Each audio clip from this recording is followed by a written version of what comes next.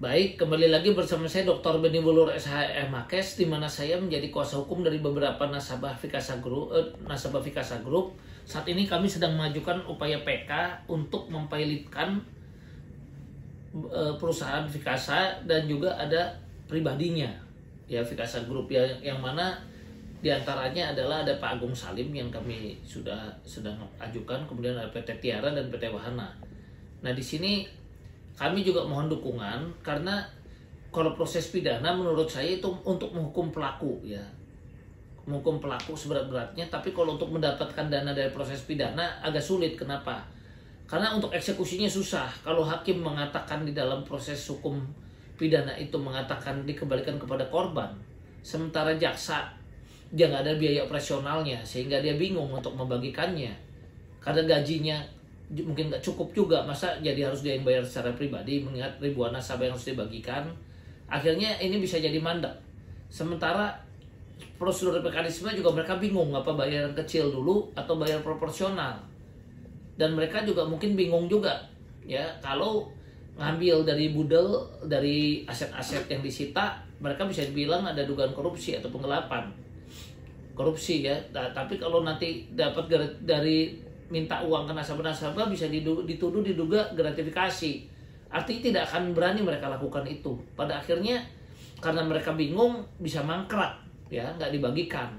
Nah makanya jalan keluarnya adalah hukuman pidana sebaiknya dilakukan setinggi-tingginya. Memang melalui upaya pidana adalah hukuman badan untuk pelaku kejahatan, tapi melalui jalur kepelitan itu lebih baik untuk pembagian, karena kurator ada mekanismenya untuk membagikan aset. Dan di pidana juga kan udah nggak bisa lagi cari aset.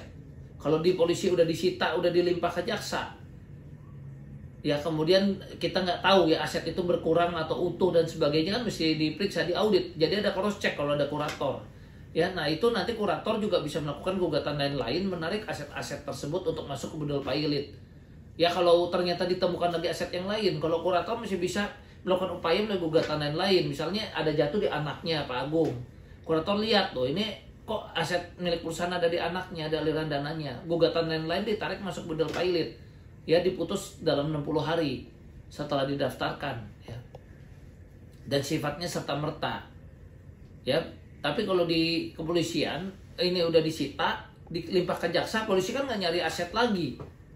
Nah itu bedanya pilot dengan pidana. Nah untuk itu tentu ini menjadi harapan yang pembayaran yang jauh lebih besar daripada melalui upaya pidana terhadap misalnya nasabah Vikasa. Maka kami mohon dukungan. Jadi untuk kita setuju dengan pidana, untuk sanksinya seberat-beratnya dilakukan di pidana, tapi untuk pembagian aset sebaiknya melalui proses kepelitan ini. Dan kepelitan ini bukan segala-galanya, karena kurator kalau menemukan ada aliran-aliran dana ketika dilakukan audit, itu ada budal pilot, dia bisa melakukan gugatan lain-lain untuk menarik aset-aset itu kembali masuk ke budal pilot dan bisa terus mencari. Dan begitu dapat bisa langsung mohon penetapan ke hakim pengawas untuk melakukan pembagian. Ya, nah itu salah satunya ya yang saya katakan. Makanya mohon dukungan dari seluruh grup nasabah Vikasa untuk agar bisa dikabulkannya PKKP dalam upaya mempilotkan yang tadi saya sudah katakan beberapa perusahaan Vikasa Group beserta secara pribadinya Pak Agung Salim. Demikian dan terima kasih. Salam sehat.